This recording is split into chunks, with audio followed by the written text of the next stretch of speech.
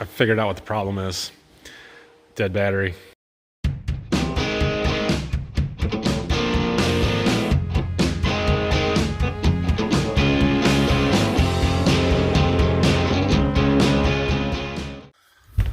Good morning. A little chilly today. I had to break out the hoodie. 63 it says now. A little cooler this morning. Cloudy, overcast, whatever. It's fall. It's harvest type weather, so it's not a bad thing. I am working on a little bit more computer work here. I'll show you just real briefly what I'm doing. So we use, and I say that loosely because I don't use it that much, but this program called LandDB. It's through the seed company that I sell for, and they have a bunch of chemicals and stuff too. And basically there's a rebate program if you use their record keeping software and stuff. And so it will actually import records straight from my John Deere stuff, which is great. But you got to go through, and any of these that are red over here means that it doesn't know what some product is. So like these ones that I'm doing now, it's this Dynastart. It was a seed treatment inoculant that we used. I'm basically just deleting those because they're not important. But like here, this one is a seed variety, so this would have been 6.3. It was replant corn, so I just got to click here, type in GOO, and then it'll find it. OOH12. We had this one, 5122 version, so I click that. It matches them, and then it goes through and matches up all the rest of them in different applications. So yeah, then they all turn black. So we just kind of go through the list, do that, and then once I get this all done, here's another one. This is a herbicide that we've got to match up. So that's a 2,4-D, but we can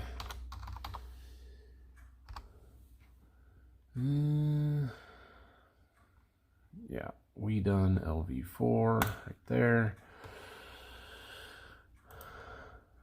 Anyway, yeah, so that's what I'm doing with these records and stuff. Once I get through this whole list, then I'll import them into the LandDB program, which looks more like this, and it will then keep records and have all, it's got all our fields in there, and it'll tell me how much of everything was applied to them, varieties, and what chemicals, what fertilizers, all that stuff will be in there. So that's what I'm working on.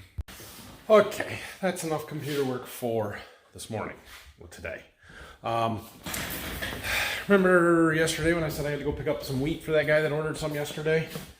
Well, I think today's going to be my day to do that. It is still too wet to do our cover crop stuff, and so this morning, while it's kind of cool and cloudy, and it's a good time to go and pick that stuff up. So I'm going to hook the trailer up and head out and do that, which is going to kill the rest of the morning for sure, and part of the afternoon. We'll see what's going on when we get back. We may treat some more wheat. We may go up and break some irrigation pipe apart, which will be all kinds of fun, so you guys can enjoy that.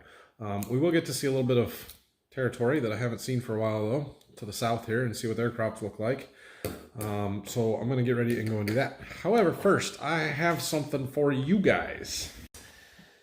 So this is probably the part where you all stop watching my channel, because I am now officially, what do you call it, a social media influencer maybe, apparently? I don't know. I had a company contact me about a product that they have, and I was hesitant on these. They're not the first one, but the first one that I was actually somewhat interested in the product. And they're not paying me. However, they did ship me 2 of their products, one for me and one for me to do a little giveaway to somebody, one of you guys. So we're going to do that. So here's what I've got. Let me show you. So this is from a company called Smartrow. It is a wireless temperature and humidity monitor. Their SC92 is the model number. They sent me 2 of them, like I said. One's for me, one's for you guys. I haven't figured out exactly how I'm going to give it away yet. If you get any ideas, you can leave those in the comments. But we're going to open one of these up. I'm going to show it to you. We're going to set it up somewhere and try it out. And then after a day or 2 here, I'll send this other one out to somebody.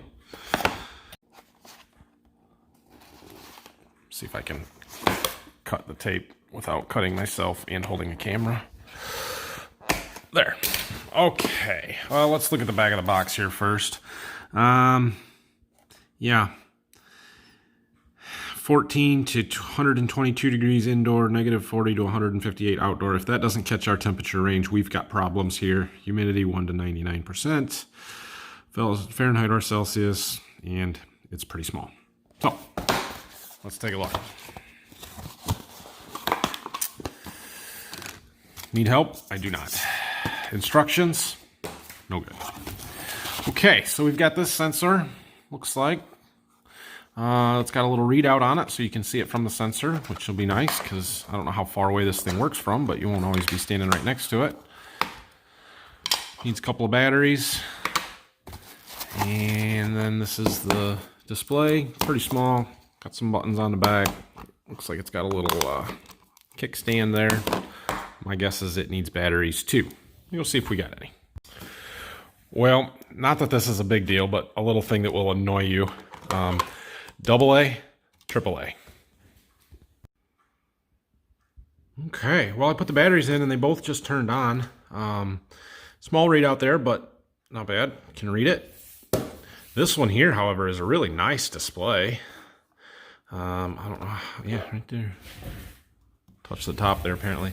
Lights up nice. Nice big letters, numbers. You can see that from a long ways away. So, well, kind of cool. I think, so the reason that this kind of jumped out at me was, my first thought was this would be great to put in Dad's little kiln room out there where he's drying boards and needs to know what the humidity and the temperature is. He's not drying any boards right now, so we're not going to put it in there. But I am going to take this, put it outside somewhere, and we'll keep this in here just to have, to watch it and see what it says. And actually, we're probably going to set it right over here next to our Davis weather station and see how that compares. Which is, I'm guessing, why this company reached out to me, because we have this weather station, and I showed it, the one that we put down in Berkey, and somehow they decided that this fit with my channel. I don't know that it does, but it's still kind of cool.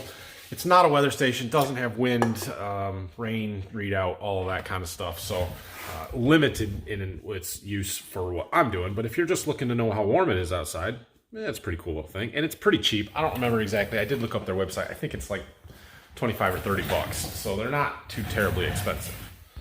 So I'm going to take this sensor, and where am I going to put it?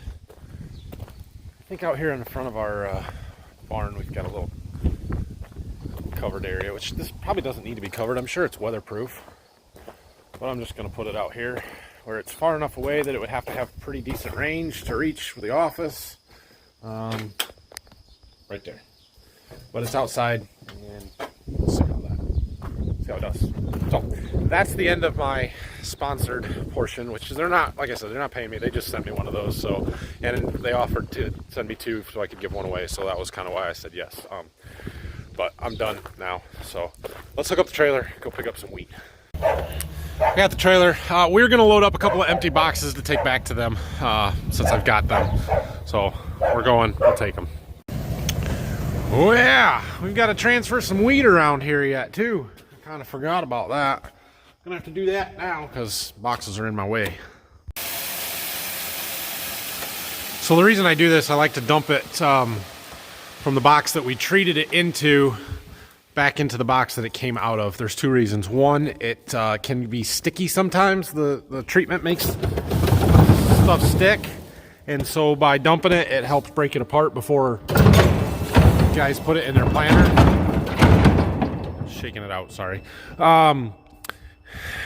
Which with wheat, it's not usually too big of a deal. It can be a bigger problem with soybeans, especially with high treatment rates and high slurry volumes where the beans get really wet.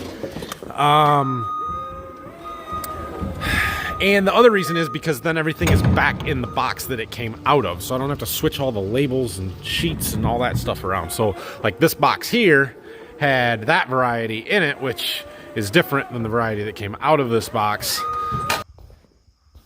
Okay, wheat's been transferred. Got 4 boxes loaded up. Those 4 boxes are ours.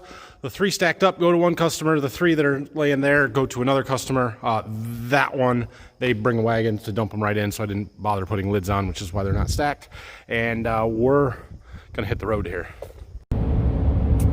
There's our early first planted field of beans.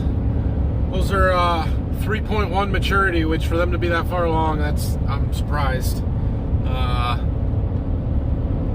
See, they look good. We're a couple weeks from harvest on them.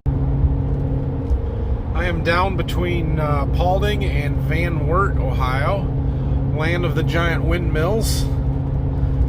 Their crops are not quite as far along as ours, actually. I'm a little surprised. I don't know if we got our beans planted a little bit earlier or if they had more rain throughout the summer and things have held on a little bit better. But the corn is a little bit greener. The beans are definitely greener. There are some that are getting mature, but they're nothing closer than 2.5 weeks from harvest, in my opinion. So, interesting to see. Things do look pretty decent down here, though. Look at all that clean, renewable energy being produced. Wow, I got a lot of them. I know windmills are a touchy subject, and I'm probably going to catch some grief in the comments for that. But personally, I don't mind them. I wouldn't mind having one on our property, to be honest. And you know, I find it ironic that people that do complain about them are a lot of times the same people that are complaining about global warming and fossil fuels and gas and oil and all these other things. And you can't have it both ways. Either it's renewable energy, which means things like windmills and ethanol, or it's oil and gas. And really it's a combination of both. And you can feel free to share your thoughts on that, but that's where I stand, I guess. There's a field that's getting closer to harvest. Just coming into Van Wert.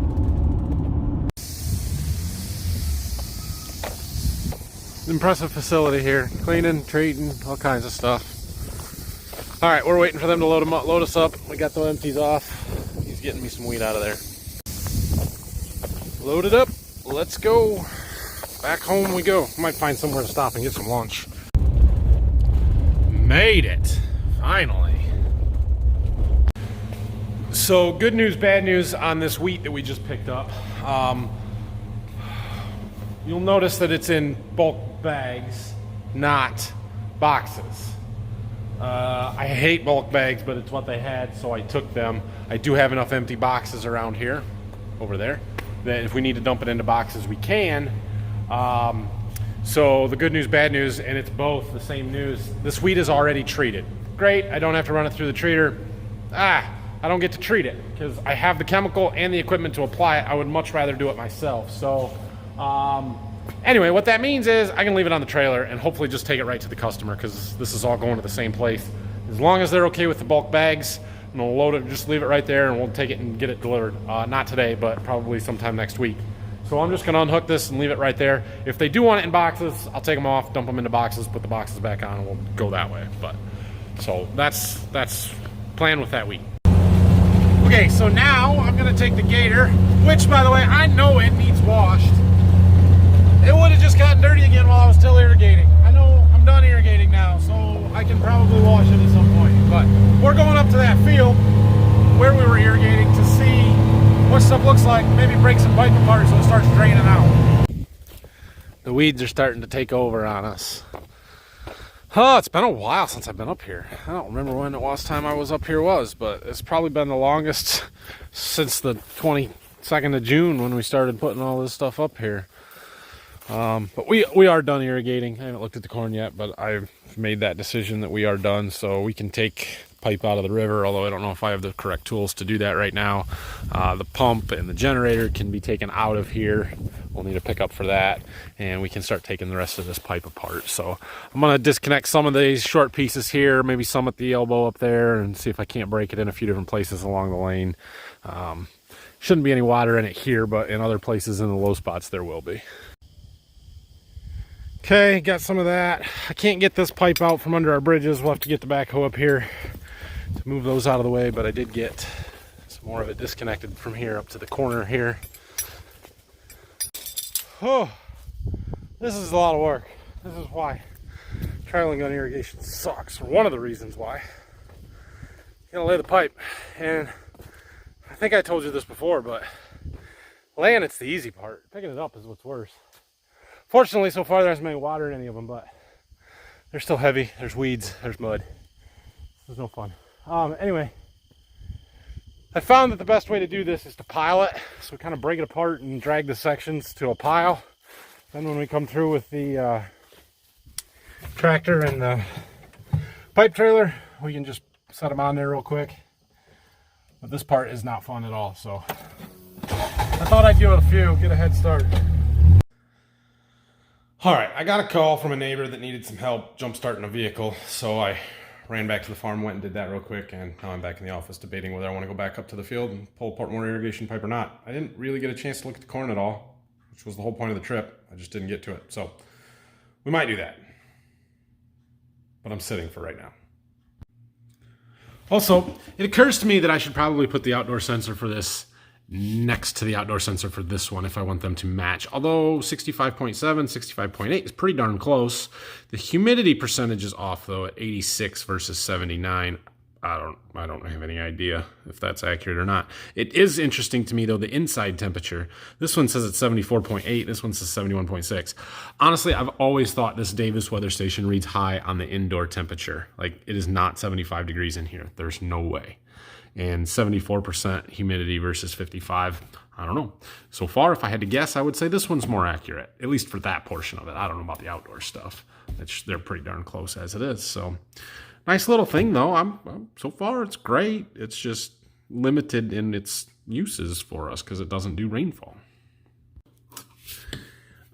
It was super easy to set up, and I didn't actually have to push any buttons. But I decided I would just play with some a little bit here, and it has it set up so that you can add more sensors. I believe that's what this channel button on the back is for. Oh, that's the Celsius Fahrenheit button. Yeah, so channel 2, 3, 1. I thought there was 4. 2, 3. Maybe it's just 3. But then it's also got a kind of a minimum maximum thing here. So minimum for the 24 hours. Oh, it's a scan. That's what it's doing. It's scanning. Go back. Not Celsius. Okay. So where was I? Push. This is harder with one hand when I'm trying to hold a camera and not. Yeah, there. So minimum for 24 hours, maximum 24 hours, minimum all time, maximum all time, which those are the same because I've only had it on for like 6 hours, and then current. What did this button do? I don't know. Set, whatever set means. Oh, it's magnetic. Is that right? Oh, that's cool. Got a little magnet so you can hang it on your fridge or something in your house. Okay. I think for this one that I've got to give away, I didn't give you guys time to respond yet.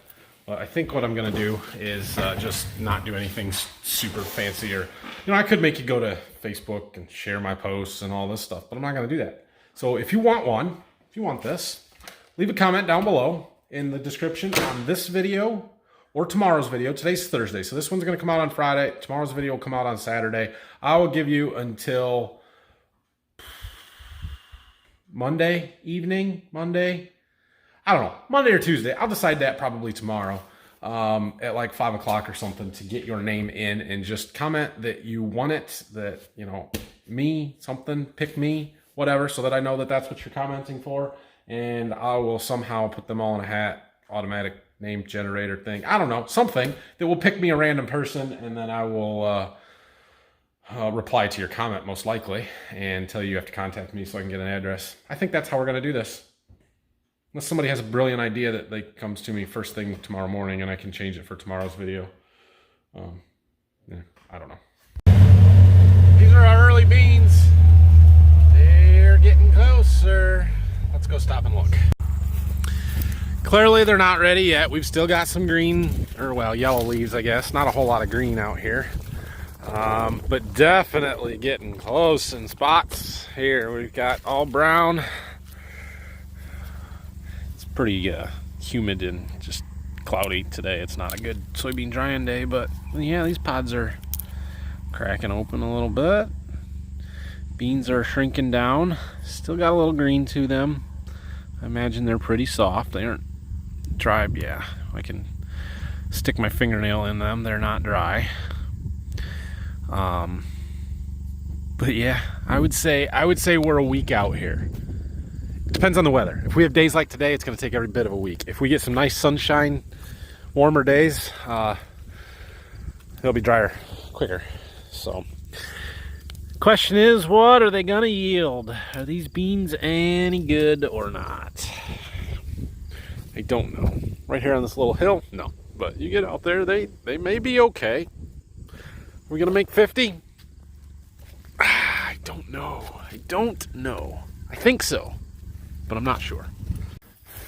Okay, back up here. I've got pipe piled, all broke apart and piled up basically to right there, which we're right by where the traveler sits, and it still sits where it shut off the last time we were irrigating. So I'm going to get this gun cart picked up, spun around, put that hose away so that this can be taken home.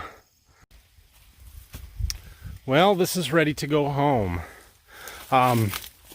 When we get it home, before we just stuff it back in the barn, we do have to drain the hose. So it is still full of water. And so basically we will pull it all the way out and then take the cap off of the bottom of the riser here, right at the gun. In fact, I could take that off now. And then we'll let it reel itself in and all the water will come out of there. We try and set that on a hill and pull the cart downhill so that the water all runs out. But that's basically all it takes to winterize it. And it'll be there for the next time. Well, maybe all the water's gonna siphon out of it there. That's not a bad thing. Oh, it does not appear that our mud problems have been fixed. Which is why I haven't washed the gator yet, because I knew I had to go through this some more. We aren't done yet. Well, let's take a look at some of this corn. I'm walking out in it here a little bit. We are in the north end of this field. This is our 112-day hybrid. And the first thing that jumps out to me, which we're in the middle of September, so this isn't the end of the world, but we are showing some nitrogen deficiency signs. And I put a ton of nitrogen on this field, so I'm a little bit surprised to be seeing that. I'm also, as you look up through the canopy, seeing some spots on some leaves. That, I believe, to be gray leaf spot. This did get sprayed with a fungicide, so I'm a little surprised to be seeing it, but it's super late. Our fungicide is long gone. It probably would look much, much worse had we not sprayed that fungicide.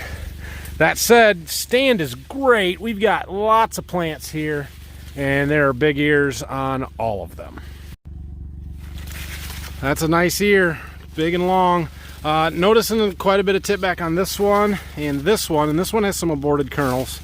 Tells me we missed some of the irrigation on here. We probably should have gotten back to it a little bit quicker than we did on the one pass, but this was the very first one on the north end, so it did take me a while to get here when we started in the middle of the field after some of those rainstorms where we had shut down for a while. So not super surprised to see that. And on second thought, regarding this nitrogen deficiency, this first pass was kind of my test strip that I didn't put it on, and so I expect to see it here. Actually, I bet if we go that way far enough to get into the second lane, or what got the second pull for the irrigation, you would not see this nitrogen deficiency near as bad, because it got an extra 40 or 50 pounds of N through the irrigation that this stuff here did not. So should be fairly significant difference there. That's interesting. That's why we test things. This hybrid does throw some crazy brace roots. Look at them things. Stalks don't look too bad. They're not super thick, but again, high population here, so yeah, that's kind of, you don't expect to get real thick stalks. Although this one here was a weed. Of course, there's an ear on it. Not much of an ear, but an ear. Not sure what happened. Either planter trouble or something. So looks pretty good, standing really well. You can see all the way down the row there. Nothing's broken over, laying over. We should not have any standability issues here unless it gets super late before we get up here, which I don't anticipate. So looks good. Let's go find another spot in the field, a different variety. All right, we're in another spot. This is 110-day corn, new one, 10D21. That yeah, it's down to about 50% milk line. You can see it there. It doesn't look bad, but honestly it doesn't look great. I mean, those ears are not big, but I've been told over and over again this one is population driven, not ear size. And so you gotta have the plants, and I got the plants. They're here. Combine will tell the story. Not super impressive just looking at it though. And here's the last stuff. This is 109 day 0986, very similar to that 10D21 that we were just in. Similar type ears. This one actually maybe looks just a little bit better, but we'll see. But one thing you will notice on this one, if you look real close, we've got some red streaks in these kernels. This one here, you can see it the worst. That's just a genetic thing, I think. Maybe environmental conditions will push it to be more or less severe, but nothing really to be concerned about. Oh yeah, look at that. Huh. Not a lot of rows on that one.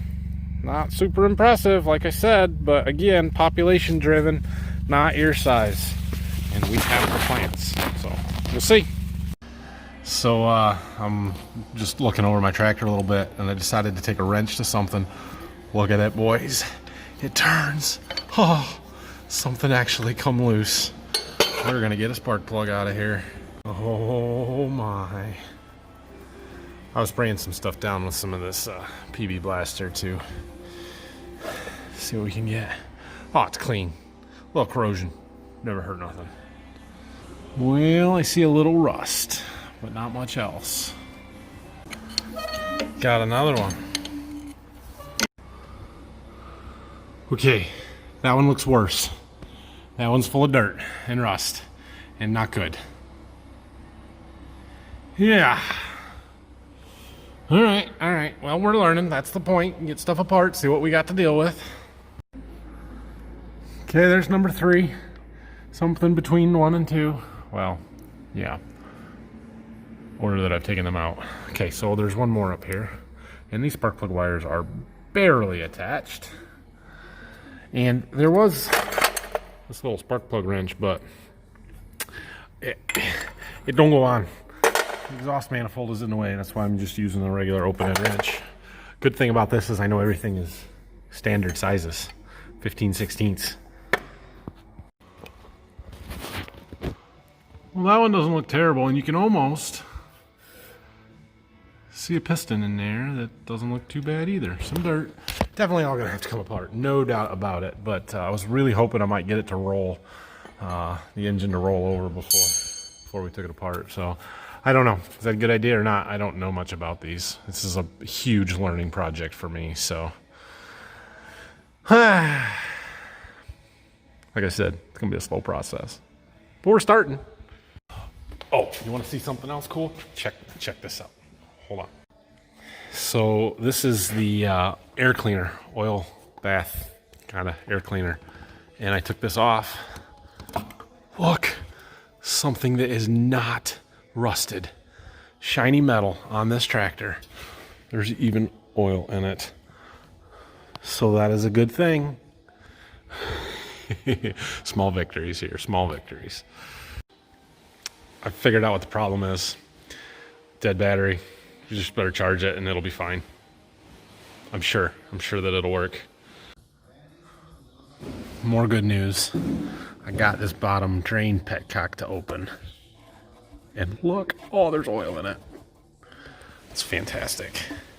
So I think these are how you check the oil level on these old tractors. I didn't try these two, but this one's got oil. That's a good thing. More not rusty stuff. I took this apart. I believe this is what they call a magneto. Is that correct? You guys tell me. Or maybe distributor. It looks like a distributor cap to me on a car with a spark plugs, but I would guess that I'm pretty sure it's a magneto. Anyway, and I believe these are what they call points. And basically, I think this piece spins, and as it hits those points, maybe, I don't know, it fires. It sends a signal or a spark to the spark plug to make it fire. And it's clean in there. That's good. Looks good. I mean, I'm sure it needs work. This wire, this spring was all boogered up, which can't be a good thing. So maybe that's why it didn't run. Wow. We're finding all kinds of good stuff. Took the valve cover off, and I mean, it ain't great, but it ain't bad. Nothing's all rusted up. don't know if anything will move. I don't really know how it's supposed to move. But it's not all rusted into one piece, so good thing. Okay, that's enough tinkering here for tonight. So I am going home. It's 6 o'clock. Fun to work on that a little bit, I guess. Tomorrow we may be doing cover crop stuff. We may make a trip to Berkey to see what's going on. We may deliver some wheat. We may treat some wheat. We may do something. We will do something. I just don't know what. So we'll figure that out tomorrow. So have a good night. Questions, comments, leave them down below. And hit that like and subscribe buttons for me, please. I feel like there's something else that I was going to say, talk about. I don't know. We'll see you guys tomorrow.